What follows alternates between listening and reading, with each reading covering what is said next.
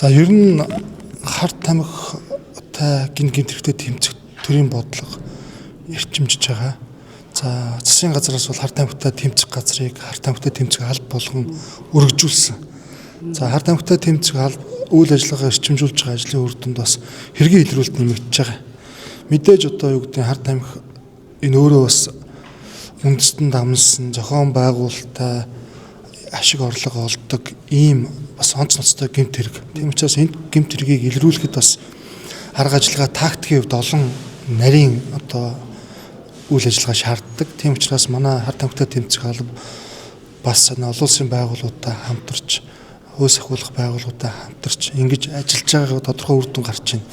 Нөгөө талаас бас бид засгийн газраас бол энэ мансууруулах хэмжээнд нөлөөт бодисын эргэлтэд хяналт тавих хуулийн шинжилсэн найруулгын төслийг улсын хурлд өргөн мэдүүлээд хилцэсгээ дэмжүүлээд одоо ажиллаж байна. За хууль зүйн байнгын орон дээр ажлын хэсэг гарч байгаа.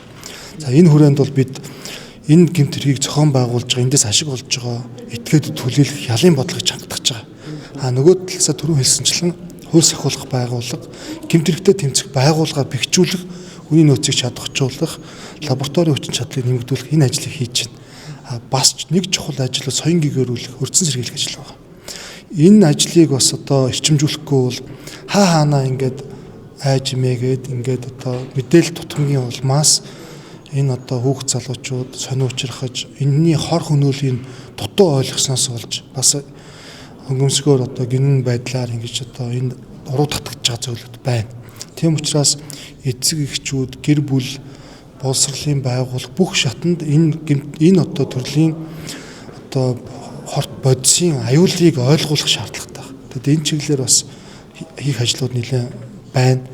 За сургалт боловсролын байгууллагууд эцэг эхчүүдийн зүгээс энэ талаар анхаарал хандуулах шаардлагатай байна. Нөгөө талаас бас нэгэнт одоо донтох эмгэгтэй болсон хүмүүст эрүүл мэндийн тусламж үйлчилгээ үзүүлэх ийм шаардлага байна. Энэ бол өөрөө нөгөө бас манайд бол нөгөө эмчилгээний арга зүй энэ стандартыг шинээр олон улсын жишгт нийцүүлд нэвтрүүлэхгүй бол энэ одоо хуучин уламжлалт аргаар явдаг зүйл биш. Энэ бол одоо юу гэдэг бие махбодоос нь хорыг гадагшлуулахаас гадна сэтгцтэй нь ажиллах, сэтгэл зүйн тусламж үйлчилгээ үзүүлэх, дээр нь эргээд нийгэм шиг хүмүүстэй ажил амьдралд ингээ орохт нь залуу хүмүүсийг энэ туслах шаардлага байгаа. Тийм учраас энэ хүрээнд бас цогц хийх ажлууд байгаа. Зэрэг зүйн орчинчилсан шинжлэх ийм ажлууд байгаа.